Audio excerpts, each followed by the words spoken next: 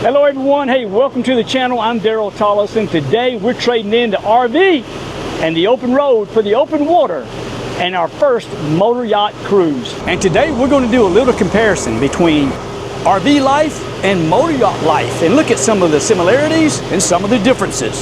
Hey, today we're cruising from St. Augustine to Daytona Beach. The captains tell me it's about a 45-mile cruise. It's going to take us 4 or 5 hours to get there, and we look forward to it, and we can't wait to take you along. Hey, if you enjoyed this video and you haven't subscribed yet, we hope you hit the subscribe button and come along with us for the rides. And also, make sure you hit the bell notification so you'll be notified the next time we upload the video. It's a beautiful day today. We should have beautiful conditions. Let's get on down the road. By the way, we may even take in some of Daytona's bike week while we're down here in Daytona. All right, let's get to the cruise. All right, guys, we're beginning our journey here at the Comanche Harbor here in Delano Beach, right outside of St. Augustine Beach. Oh, and by the way, Clay is not going to be with us today. She happens to be flying the Friendly Skies on the way to a business meeting in downtown New York. So she'll have to watch the video as well. Yeah, look at the beautiful boats, man. And for some reason, it just seems like it's always the marinas always seem a little bit quieter and calmer than RV parks from my limited experiences with marinas. But we're looking for sea boss today. Yeah, I believe I see them down here. What do you think, guys, so far? Beautiful. Look at that guy. Yeah. It's gonna be a beautiful day today, it looks like. Oh man, look at this big catamaran sailboat, wow. And the yacht that we're on today is right here. Sea Boss.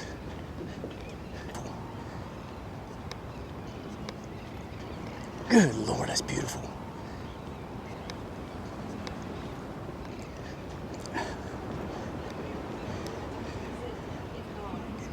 Hey. Good morning, looky here. You sneaky devil. Man, I'm sorry, I'm running late. I'm finishing my coffee. And if you've seen our videos in the past, you may recognize our captains. They're Belle and Andy from Belle's Rides, now Belle's Rides aboard Sea Boss. They were full-time RVers in their Tiffin motorhome, pulling a 30-foot trailer, and also avid Harley-Davidson riders. But now they've traded all that in for life aboard Sea Boss. Sea Boss is a 2005 Sea Ray 500. She's 50 feet long, contains 3 staterooms and 2 full baths.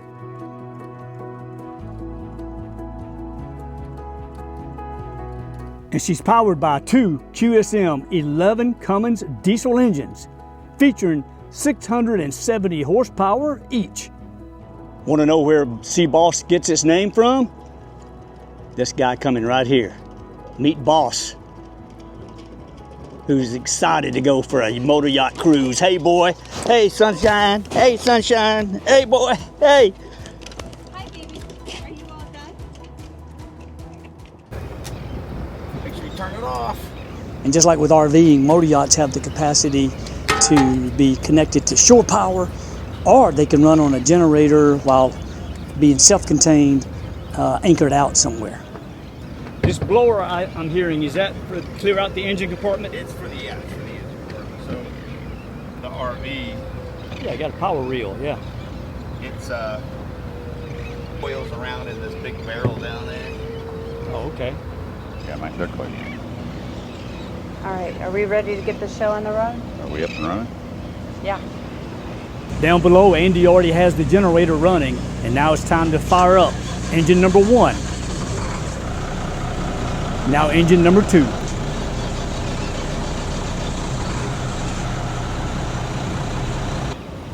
So here's Bossy our bow baby. thresher, and you can. I'll Come do here, it a couple baby. times. So So that's what helps you push away from the yeah, dock. so you'll see her go back and forth. So that's an important thing to get test before you get started.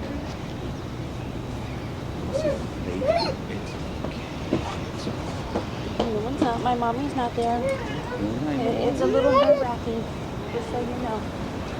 You can see, just like leaving a campsite in an RV, there are things and preparations have to be made for the departure of a marina when in a boat. We're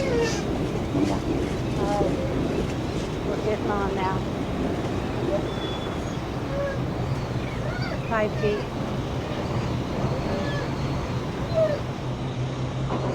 And Bill, just like in RV, and you guys have to watch after each other and communicate. Yeah. I give him distances on where we are on the dock. Okay, I'm moving forward to put the fenders away. Man, you turn this thing around like you've done this a few times. Once or twice.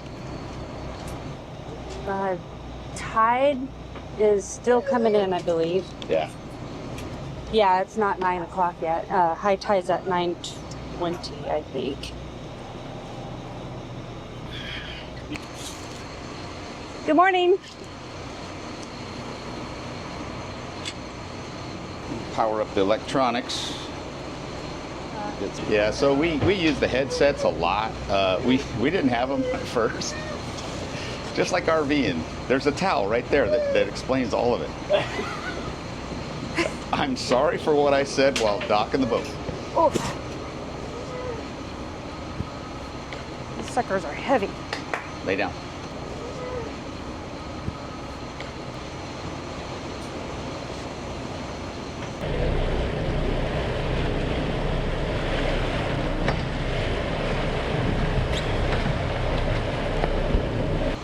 All right, we're crossing up under the Volano Bridge, heading toward downtown St. Augustine.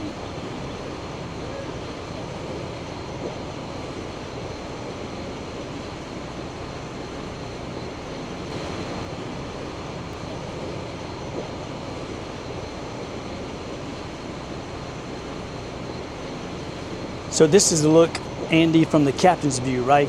What you see every day. Okay, now RVs, you know, we rely on GPSs and things. Now, what are you relying on here to navigate? So these are charting programs as opposed to, they're mapping programs. They call them charting programs. But this one is we use Navionics. So this one and that one are actually the same brand, if you will. It's just this one is the tablet version or phone version, and this is the chart version, the chart plotter. This is telling me we're 18 feet deep. Yep, right 18 feet deep. What else are you reading from it? Mostly you just get but you can see the bottom down here. So this is all open water, and you can see targets along the way. Some of these are fish in the water, but you can see the bottom contours here. That pretty much that's your depth. This is our direction, and that's the map. You call the little red squiggly lines. I have tracking on. So since we've been here, that's all the times we've been in and out with the boat and where we went. And this is our route today. Mm-hmm. Yeah, there we are. Yeah. So and it changes continuously. So it's saying we're doing 6 knots right now, according to that, and it says it's going to take us 7 hours and 30 minutes to get there at 6 knots. But we won't go 6 knots all the time. Now, out on the highways, we use our street signs to help us. What do we use to navigate the Intracoastal Waterway? See the 2A? That's telling you on the inlet coming in. So when you come in from the ocean into an inlet like this, it's red right return. It helps you remember red's on your right hand side.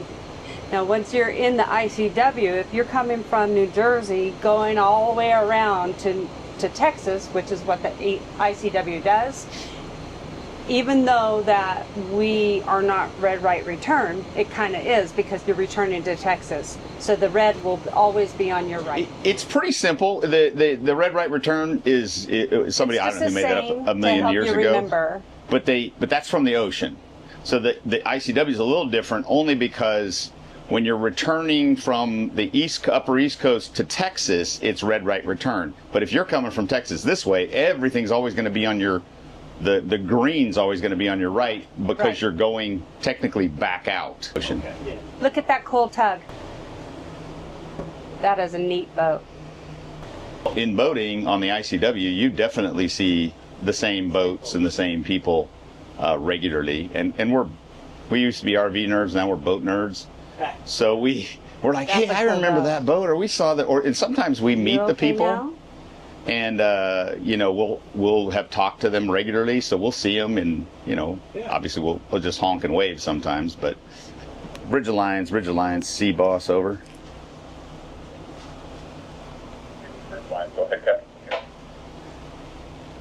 Looking for your next opening. Is it 0900? That is correct. Yeah. Okay, we're coming at you from the north. Appreciate it. Oh, okay. So you have to communicate with the drawbridge. Yeah. If there's no boat. Bridge of Lions, this is a sailing vessel Ancora. So that's somebody else, probably come from the south. Northbound catamaran coming up on you and requesting to be part of the next bridge opening.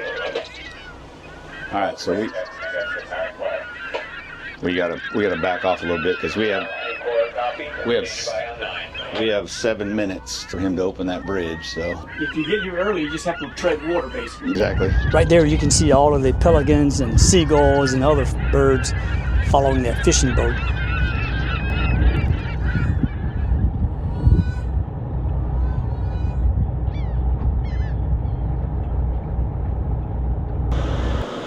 Man, what a unique perspective here. I've never been through or under the Bridge of Lions here. Been over it many times, but never seen this before. And I'm hoping that I don't get hit with bird dung.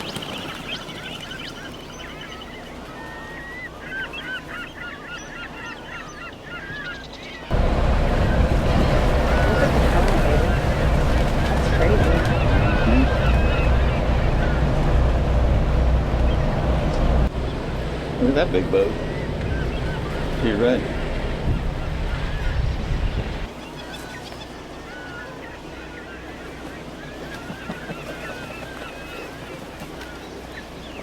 Are you okay now? Can you settle? You know, with the RVs, we're always concerned about low bridges with our roofs. You guys have to know the same thing with your boat. You have to know how high you are and how high the bridges are, and they change with the tide, right? That's right. How do you know when you have to call the drawbridge? How do you know that? Okay, so as we come up to bridges and we're not sure how high the draft is, I go onto Waterway Guide and see the little X? Yeah. That's a bridge. So that's a SR40 bridge. You click on the information and then it tells you what their draft is, 65 feet. So we don't have to worry about that one. What we have to worry about is down here, All of those are bridges? all these little X's. So that should be Sea Breeze. Let's see, that one is 65. See, it's right here. Yeah. Now Main Street, which Oh, we're going to see the bikers out there, I guess. that's right. Main Street Bridge. Click on that one. That's low. 22 feet. Yeah. I knew that. So, and it's high tide, so it's probably lower than that. It's probably more like 19, 20. Well, we're 23 feet. Now, So no matter what, we have to have them to lift that up. for some reason, you know, a lot of these big Class A's, like y'all used to have, you had a 100-gallon fuel tank, and, you know, we think that's big, right? Talk to me about the fuel tank on Sea Boss. Our boat has a 500-gallon capacity. We have 250. They split it obviously for buoyancy, but So you got 250 and 250. 250, and we haven't filled from empty. Thank God. You know, in the RVs, we cruise around 60, 65 miles an hour. What's your cruising speed here? So we have two basic speed ranges. One is like 8 to 10 knots, 11 knots, and that's at sort of this or maybe a little bit higher RPM. And then we jump to about 20 to 24 knots, which is about, I'll get it wrong, but it's 23 to like 28 miles an hour. Okay. At 10 knots, you can see the amount of water that Sea Boss pushes.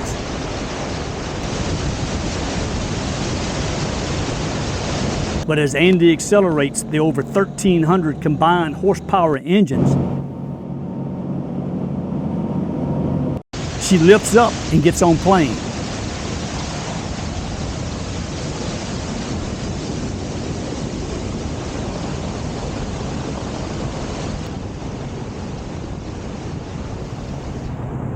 And at 20 knots, she burns 40 gallons of diesel fuel per hour. But hey, it's not easy to lift out of the water some 18 tons.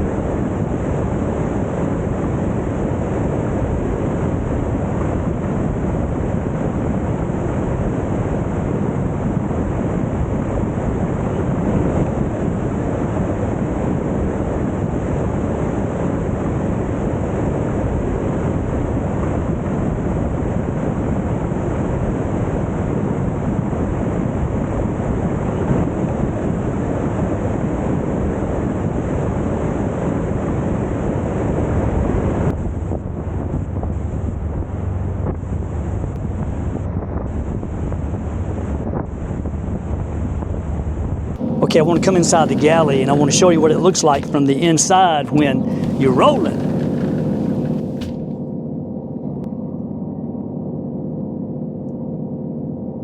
Man, I hope y'all can see that. I tell you, for a first timer, this has been an incredible experience.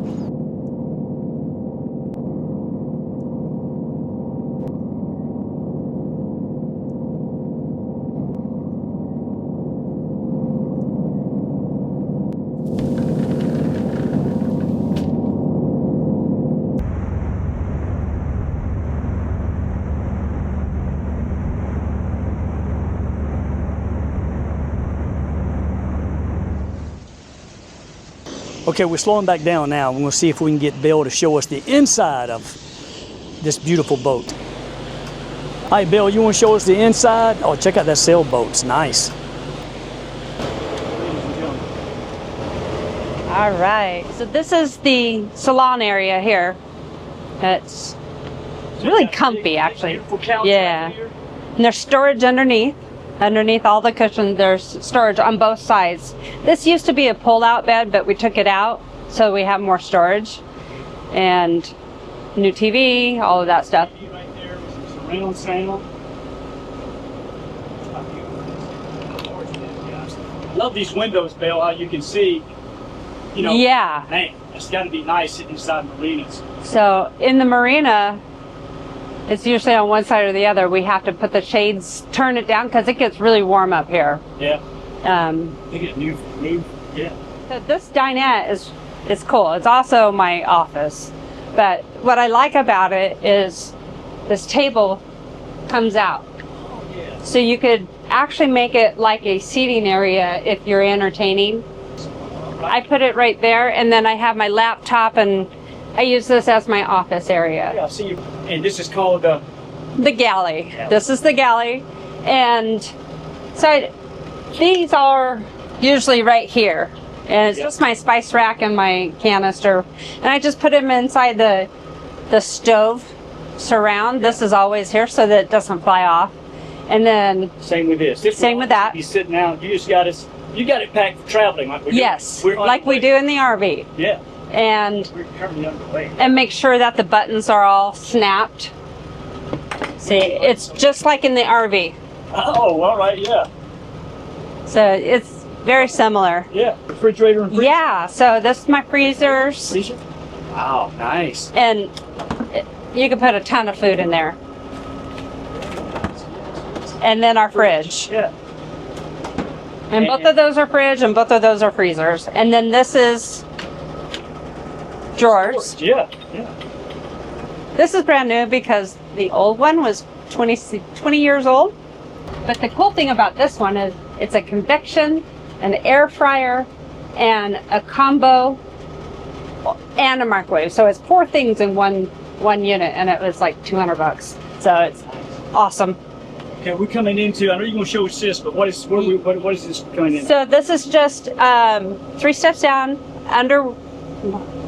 below deck is what they call it, and our stateroom. So this is the bunk room, and we turned it into our walk-in closet. Oh yeah, look at that. So they are actually bunk beds. Yes. You guys just use it for a closet. Yeah. And, you know, for the next person, we'll have new mattresses put back in. Yeah. But it's just not needed right now in our life. And then this one is the VIP. And I have that's a really heavy ornament thing. And we don't want it to slide off, so I just stick it on the bed. But under the bed, there's storage in there also, and a big closet. Yeah. Now I got to get this shot right here. Look at this. That is such a cool shot. Look at that, y'all. That's in the bedroom here in these 2 windows. Bill, this is at this speed, this is not loud at all. I thought it was going to be louder down here. No, it's not bad. Oh, I love that. Man, look how close the door to the water there. Look at how nice this is. And how old is this boat? 20 years. Yeah. And then if you want to look in the closet, that's where I turned that into our linen closet. Just pull it? Yep, pull hard. Oh, yes. More storage down there. Yeah. And this is the guest head / VIP head. And if you come right here, you can see the door that leads to the VIP room. Oh, okay. So yeah, it's like there's two entrances to it. Yeah, exactly. See the shower, and y'all just keep some stuff for That's traveling. the dehumidifier. And like in most boats, you have to close one door to get to another one. Right, okay. And then this is the master suite.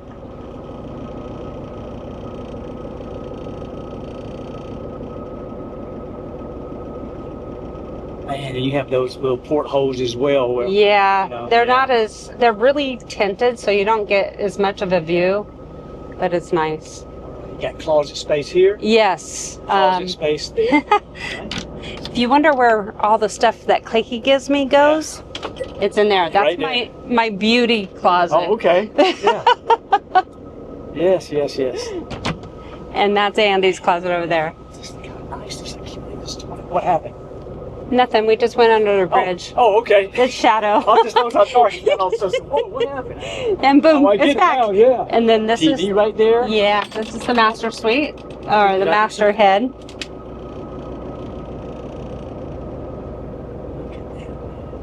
Just like an RV. I mean, really very similar, Yes. right? Very similar to RV. It's on the water. they're small, but they're functional. Yeah. You know.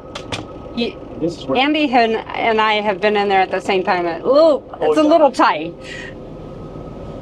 this is coming back up.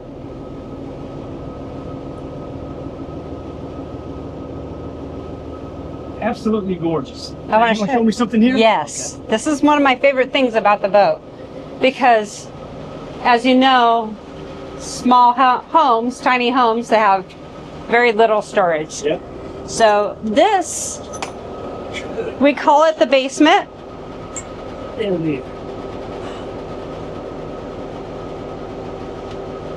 It's a lot of storage. All right, we just saw the salon, so let's go upstairs and take a look up there. All right, so now this is the captain's lounge right here. The Admiral, the most important seat, Absolutely. is on the starboard side. Yep. And our first dog, Yep. he hangs out with us here. So while you're underway, this is where you guys pretty much. Pretty much, yeah. Unless he's a little nervous, then the two of us will sit in the settee up here. Okay. Yeah. So Which, while we're on this, show me back here right quick. okay. Beautiful couch back here, lounging, right? Yeah. Beautiful. Yeah, baby. Let's cover you back up, you poor baby. I know, you're so mistreated. Beautiful that is. Now, what's up under there? Storage? There's plenty of storage and, of course, safety items. We have Boss's life vest, our horseshoe vest, and then under this side we have like a 4-pack of the Coast Guard life vests. Andy, do you know what you know what captains say when somebody falls overboard, when a man falls overboard? Man overboard. Man overboard. You know what he says when a woman falls overboard? See ya! Full steam ahead. We have a wet bar. There's not much to it. It's a little sink, and underneath here there's a first aid kit, and right here is our safety unit. The flare gun and that, and Oh, okay, yeah. that kind of stuff is in there. Here, that's just our waste basket. Yeah. And this is an ice chest here, like an ice bucket. I use it for storage. There you go. And then all under here is storage as well. So what's the difference, guys? Full-time RV, full-time boating. Other than being on the water, there's not a lot of difference as far as your living arrangements. It's tiny house living. So in an RV, it was small, and on a boat, it was small. The biggest difference is that we're stuck on the water. With the RV, you could go all over the United States. So with the boat, especially a boat this size, it's not like you can put it on a trailer and take it inland very easily. And then the other difference is, and we talked about this last night, is there's a difference in cost. You know, they're both not cheap enterprises. But boating, much like RVing, since the pandemic, has gotten a lot. You know, just everything went up. The price of parts went up. The price of fuel went up. The price of boats went up. The price of boats went up. Yeah. And then the price of labor went up. And break for a pet peeve. So this is the channel marker. There's a crab pot, and right there to our left in the channel is another one. So tell us what happens if you run into that. If you run over a crab pot out here. It's tethered by a rope to the crab pot on the bottom. And what'll happen is you'll grab that rope and it'll spin around your prop, and the trap will likely end up in your props. What's the difference in insurance for a boat that you live aboard, like Sea Boss, versus RVing? A lot. Higher? Way higher. Much higher, okay. On our RV was about $4,000 a year. So $4,000. When we got this boat, we were at $6,600. So it was a big jump. Yeah. Probably All right, so there's another bridge just up ahead. Andy's going to call. 206 bridge, I believe. Yeah. 206 bridge is the Sea Boss approaching from the north. Good morning, Captain. This is Crest Beach Bridge. Yeah, Crescent Bridge. We're going to request an opening. Do you have a schedule? We do not. What's your air height, Captain? We're 23 feet. Yeah, that's going to be kind of close. We're 20 feet at high tide to low steel, which is directly over the fender system, but we do have that part. Yeah, I think it's going to be a little tight for us. What was the name of your vessel again? Sea Boss? Good copy, Captain. Maintain course. I'll monitor your approach. Please remain on channel 9 until you clear the bridge. We'll do, sir. Thank you.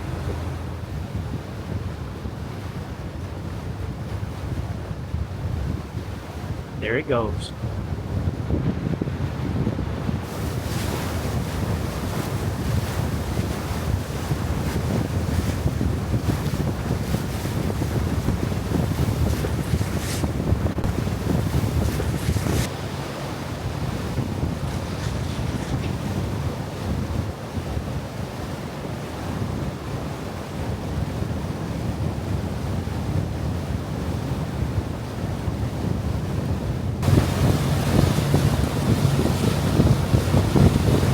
Are you ready to make the transition? Okay. Is there a formal transition we do, sir?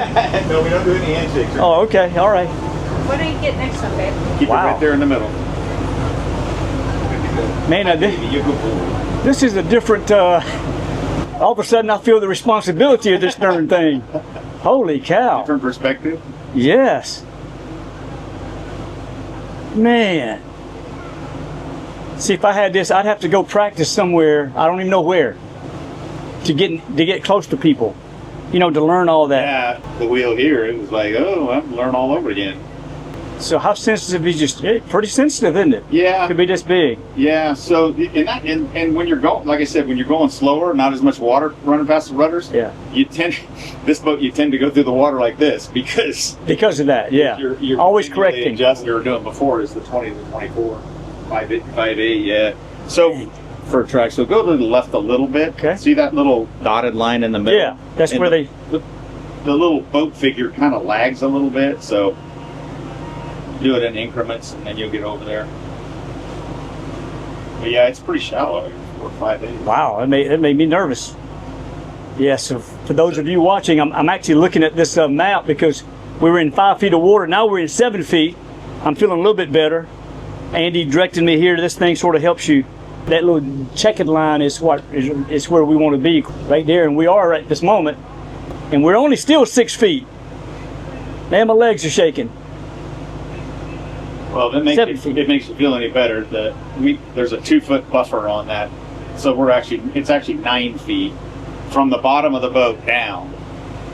Why do they do that, you think? It's for the props to give you, so it's, here's the depth sounder and here's the props. They sit a little bit lower, so you give it a 2 foot differential so that your props will always stay out on the mud. As long as you stay in the channel, you should be all right. You should be fine. Yeah, and especially if you pay attention to that dotted line over there. Yeah. it's pretty. I would say it's very accurate, and it's being the best track to maintain. But you know, obviously you have to work because we're at high tide and it's 6 feet. So at low tide it's probably 4 feet. All these switches here also remind me of RVing, just not that many, but yeah, I mean this is all lights from here to the right is lights except for the horn. can you turn the lights on in your lower in the No. here? Okay. This is all just like, this is your running light, so it'll Just be your everything. red and green and the white one up top, and then anchor lights, just only the white one up top. Okay. Night lights are these little guys. Oh, here. okay. Yeah. And then the overheads are all these, the big ones. The bridge light, I haven't figured out what this one's for. Honestly, I haven't quite figured that one out. And as we get closer to our destination, boat traffic increases, and so do the amount of bridges. Time to turn it back over to the real captains. This is Main Street. Yeah, we're 23 foot. We need an opening. When you get close, I'll open. East span only. Sounds good, thank you. Hey, we're actually coming down to the Main Street Bridge, which is part of Main Street in Daytona for Bike Week. You're going to see some of the bikes up here crossing over, and she's going to raise eastbound part of the bridge.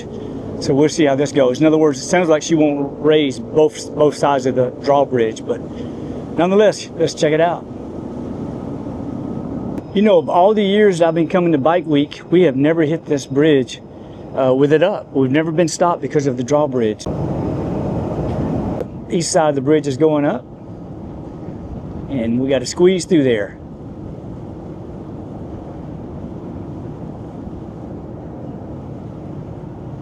Yes, indeed.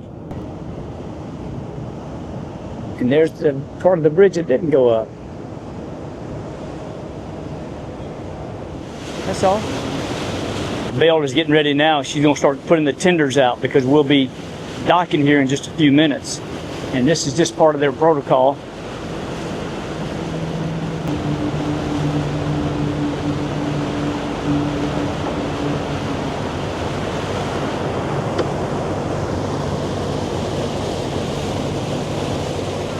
Yeah. Oh, that one's full.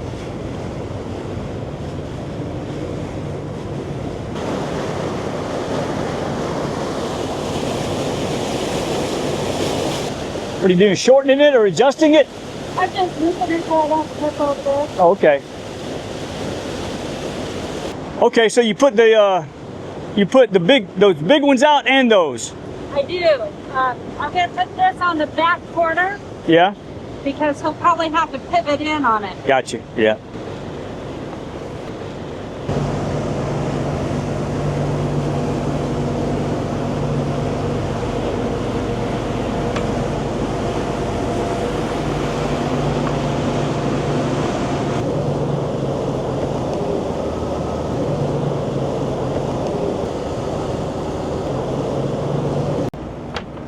Now, I've been walking down this thing all day, but what I do is when I'm back here, I grab this handle here that's high. Right? And then as you get here, it's a little bit, this right here is a little bit higher. So far I've been back and forth, knock on wood. Everything's okay.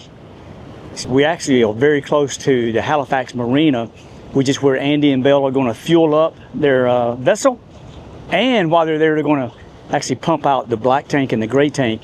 Again, very similar to what we do with RVs, right? But usually we're emptying them there in the RV park. And so they're going to do all that here at the marina, and we'll show you what that looks like here. But man, this has really gotten congested here. Let me say, I'm glad that Andy's at the helm right now and not me, because this looks a little bit confusing to a person who doesn't boat. See right here, this looks a little bit tight. I see a lot of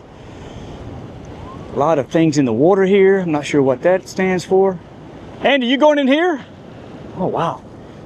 And now Andy's going to navigate this huge boat, in my opinion, a huge boat, in between, coming in here for fuel and the pump out. Here's the Halifax Marina I was just telling you about. you see that this is pretty tight quarters here at slow speeds. Andy's got his headset on, so he and Bill are communicating. They're going to actually be docking over here on the left side, which is why Bill put out the fenders to protect the boat as they come up against the dock. You see the attendant just standing out there waiting on Andy and Bill to pull up, so call ahead and they'll be standing by to wait on you. And this is where you got to really be the captain of the ship, man. Get this thing turned in here right.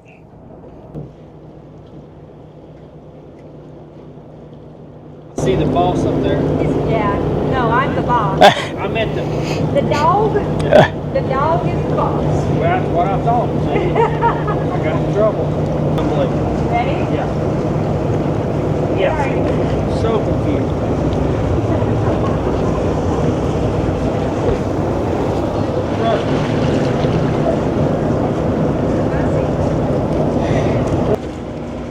Awesome, thank you. Good deal, yeah. Thank you so much, sir.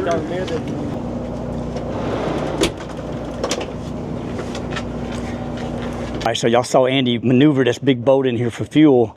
I tell you, it looks a little bit more complicated than pulling into a truck stop with a Class A motor home, but he did a great job. He's about to fill up or top off his tanks. Remember, this is a 500-gallon vessel. I mean, 250 in each tank. I'm curious to see what he's going to take. So Bill took Boss for a walk, and as soon as he fills it up, we'll go over to the marina where they're going to be staying for, I think, the next month.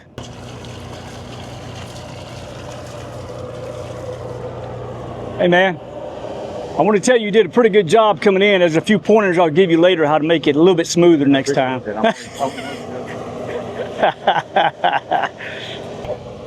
Still pumping $446, 125 gallons. They took on 139 gallons, $495.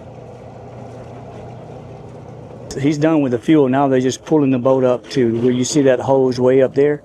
That is the pump out hose to pump out the black tank and gray tank.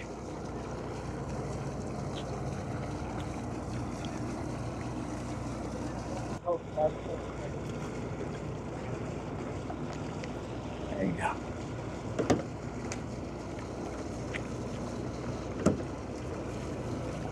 Oh, okay. So right there, that pump just pumps out all their waste water.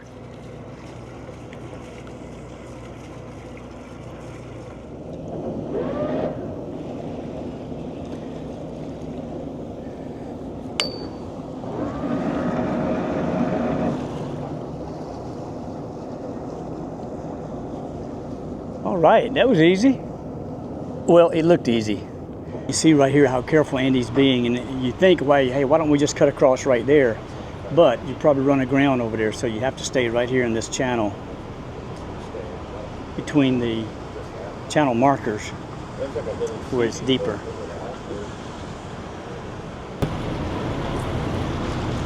They tell me this is Steve Boss on 7-3. Go ahead, Steve Boss. This is Daytona Marina. Yeah, we're coming down the channel now. I guess we're on the outside dock in the corner, starboard side. I don't see you in my channel. Oh, I'm just about to enter. Roger that. Yes. And you would want to put bow into the corner, I believe, is what you would want. Where is your power? Bow or stern? Power is on the starboard side in the stern. All right, so you would need to go bow into the corner. Bow and I'll be into on the the corner. dock to help you. Stay on 7-2 for me to help you. Copy. See, boss. Do you see me standing on the dock? Yes, ma'am. Apparently there's a hump I have to go around. Yeah, so if you'll kind of like head to me and then slide down the dock. Okay. Didn't come in on high tide. She said, I think she said because we didn't come at high tide. It says it's 1 foot right here. Churning mud? Yep. Churning mud. She said we did not come in high tide. Your depth should be fine for you. So do you want to put the side of my boat, the midship, right where you are? You can, and then we're going to walk you forward. So Andy's going to have to turn the boat this way and run it down the dock right there. That's where we're trying to go. I'm trying to be quiet so he doesn't miss any communication with the person on the dock.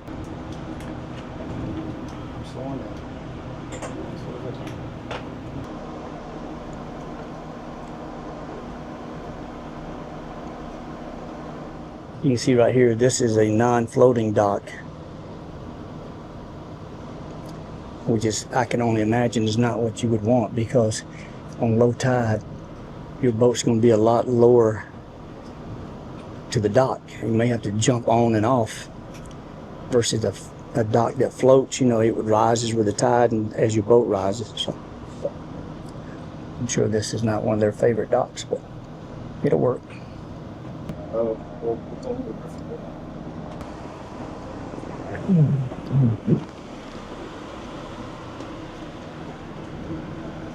Yeah, so after a lot of adjustment here because of this floating dock, they're good to go. And they are set up here until they pull out.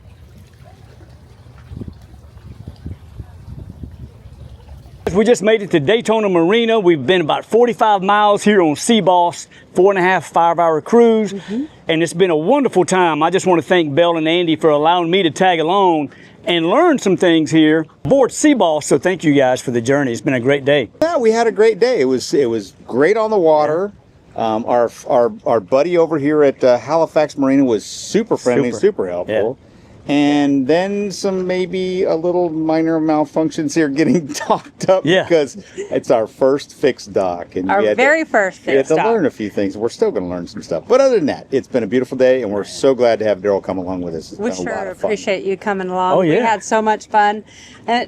And it's always fun to have Daryl with us. It is. It livens up our trip, and we had a great time. Right. Hey guys, hope you've enjoyed the video, man. We have had a great time bringing it to you. To see more videos, click on one of those on the screen, and we'll see you there. Until then, be well and stay safe.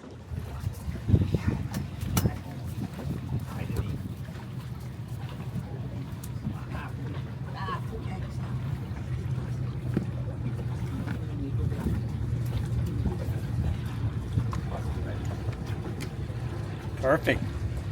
Just like a sailor. Very nice.